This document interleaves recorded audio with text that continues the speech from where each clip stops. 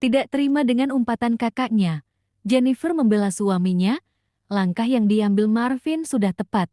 Dia tidak rela jika aku hanya dijadikan alat olahmu, Russell. Suplai 1 bulan yang pasti itu lebih baik daripada tawaran 3 bulan dari Raymond yang belum tentu ada. Jennifer bicara seperti itu karena beralasan, meskipun Harvard Corp adalah perusahaan yang sering membantu Winsell, namun nyatanya tidak semulus demikian. Jika kebutuhan 20, Harvard Corp hanya memberikan 12, dan terkadang tidak lebih dari separuh. Dan jika Winsell meminta kepada selain Harvard Corp, tidak akan bisa karena dibatasi oleh regulasi pemerintah dan aturan dari Harvard Corp sendiri. Oleh karena itu, Winsell selalu tertekan, dan sesuai dengan omongan Marvin tempo lalu bahwa apabila terus-terusan begini, jelas Winsell tidak akan bisa maju selamanya. Jennifer berkata yakin, aku akan minta tolong kepada suamiku. Tidak, sergah Russell. Dia akan besar kepala dan sok jagoan jika sudah bisa membantu keluarga kita. Derek bimbang, di satu sisi, dia memang cukup benci terhadap menantu memalukan itu, namun di sisi yang lain, dia juga butuh solusi darinya. Dia berkata ragu, kita selama ini tetap bisa berjalan tanpa bantuan Marvin. Padahal, nyatanya berjalan dengan terseok-seok dan terhuyung-huyung, bahkan rasanya mereka akan jatuh dan rubuh. Hanya saja, keluarga Winston sok merasa kuat dan jaya. Namun sebaliknya, jika disenggol sedikit saja, mereka justru rapuh. Russell berkata sangat yakin, kita tidak butuh sama sekali dengan pria seperti Marvin. Winsell bisa berdiri tegak tanpa bantuan dia. Dia mendongakkan kepala karena saking sombongnya. Meskipun berulang kali menolak, akhirnya Jennifer menyerah dan terpaksa menuruti kemauan keluarganya, sebuah langkah yang begitu berisiko. Masalahnya dia akan mengorbankan dirinya pribadi untuk kepentingan bisnis keluarga. Biasanya Jennifer akan sesekali masuk kerja di kantor Winsell, namun beberapa hari ini dia sibuk mengurus rumah selepas kepulangan suaminya. Dan baru hari ini dia kembali mengenakan seragam kantoran dengan celana hitam panjang, kemeja, dan blazer. Rambut hitamnya terurai panjang. Bentuk wajahnya tidak usah ditanya.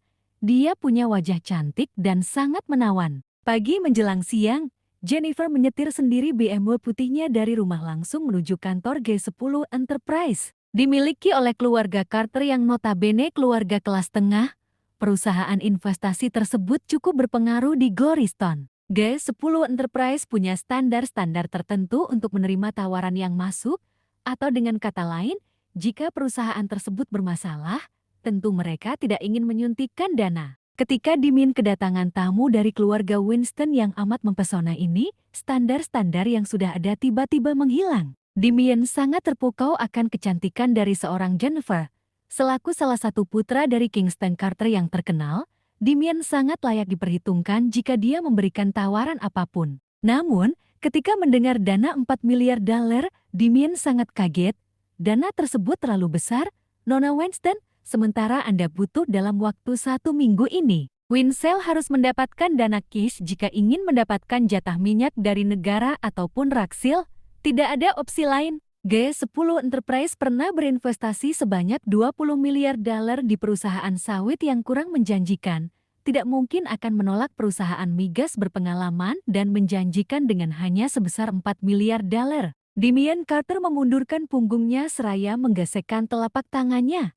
Kami tahu kabar bahwa Winsell sedang krisis cukup parah. Maka dari itu, akan sangat berisiko jika kami memberikan dana yang besar.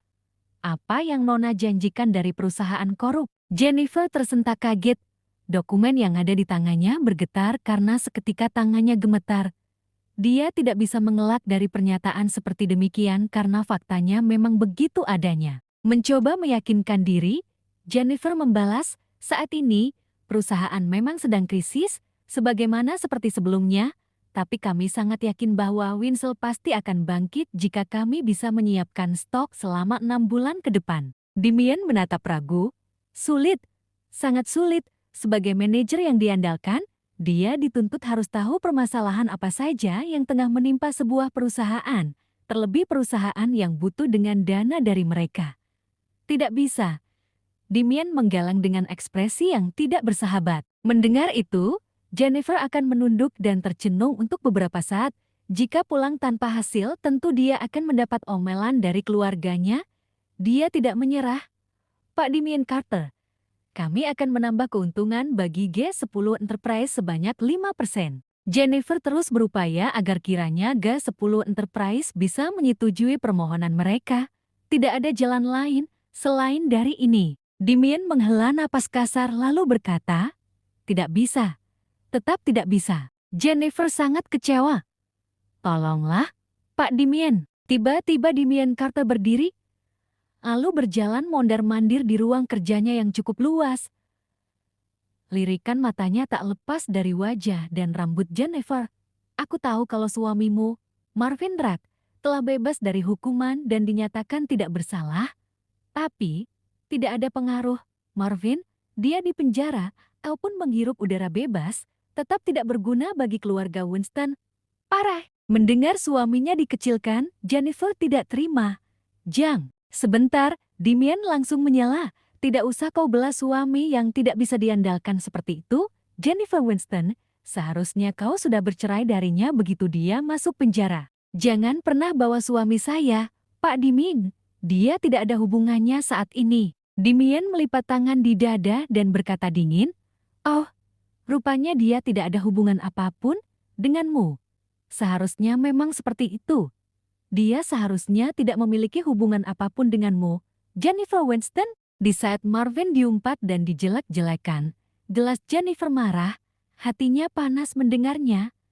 Namun, dia tidak bisa melampiaskan amarahnya karena dia sedang butuh dengan Damien. Dengan sombongnya, Damien duduk di atas meja, menindih dokumen yang dibawa oleh Jennifer dengan pantatnya.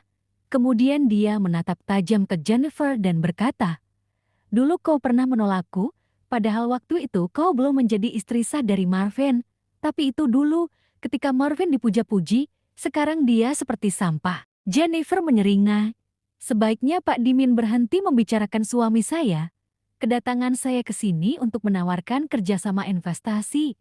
Saya harap Pak Damien berlaku sopan terhadap saya," tegasnya sambil mengerutkan alis. Tatapan Damien tak lepas dari wajah manis Jennifer. "Oke, kita anggap saja Marvin telah mati dan telah tiada. Kita tidak akan bahas pria mantan napi itu. Baiklah." Damien kembali berdiri dan berjalan mondar-mandir. 4 miliar dolar sangat banyak, Nona Winston. G10 Enterprise mendapat kabar bahwa banyak para investor dari luar negeri yang memberikan dana investasi yang sangat banyak kepada satu perusahaan baru di Goriston. Namun G10 Enterprise belum tahu perusahaan tersebut. "Kami sedang mengumpulkan dana untuk diberikan kepada perusahaan itu karena lebih menjanjikan daripada Winsel yang sedang krisis. Jadi, silakan Nona Winston pergi dari sini, pintu keluar tepat di belakang Anda."